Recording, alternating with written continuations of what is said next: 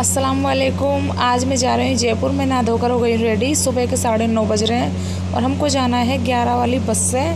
तो मैंने सारा सामान रख लिया है और हमें पापा ने बस स्टैंड के लिए छोड़ दिया है। ये देखो कितनी सारी बस खड़ी है, इनमें से एक बस हमारी है। मतलब हम जिस बस में जाएंगे जयपुर, हमारी बस भी आ चुकी है और हम बस के अंदर बैठ चुके हैं। बस में बैठने के बाद फरहान फेजू थोड़े उदास हो रहे थे क्योंकि फरहान को दोस्तों को छोड़कर जाने का मन नहीं कर रहा। और हम पहुंच गए हैं जयपुर खानिया बंदा। फरहान के पापा जी ने बोला कि तुम खानिया बंदा उतर जाओ, मैं तुमको वहीं लेने आ जाऊंगा बाइक से। तो हम उनका वेट कर रहे हैं। ये देखो छोटे छोटे बंदरों को देखकर फरहान फेजू बहुत ही खुश हो रहे थे। बंदर एक दूसरे के ऊपर चढ़ कर कितनी मस्ती कर रहे हैं। इनको देखते देखते हमारा टाइम कब निकल गया पता ही नहीं चला।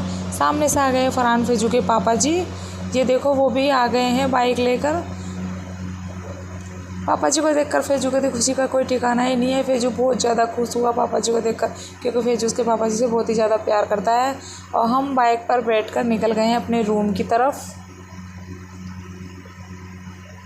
खानिया बंदा से जाते हैं तो रास्ते में पहाड़ ही पहाड़ नज़र आते हैं, क्योंकि पहाड़ों में ही बसा है जयपुर का खानिया बंदा। शाम के 5 बज चुके हैं, 4:30 5। ठंडी ठंडी हवा लग रही है बाइक पर। ये देखो सूरज भी ढल गया है।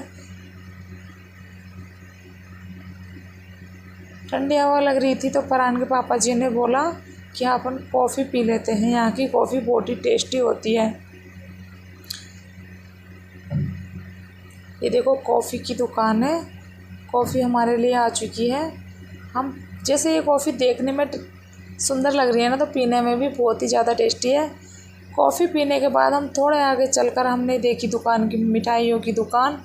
तो हमने यहाँ पर पूछा तो भैया 400 रुपये किलो से कम कोई भी मिठाई नहीं है। हम रेट पूछकर जल्दी आ गए। हमने मिठाई नहीं खरीदी क्योंकि इतनी ज़्यादा अच्छी मिठाई भी नहीं थी और रेट भी बहुत ज़्यादा थी।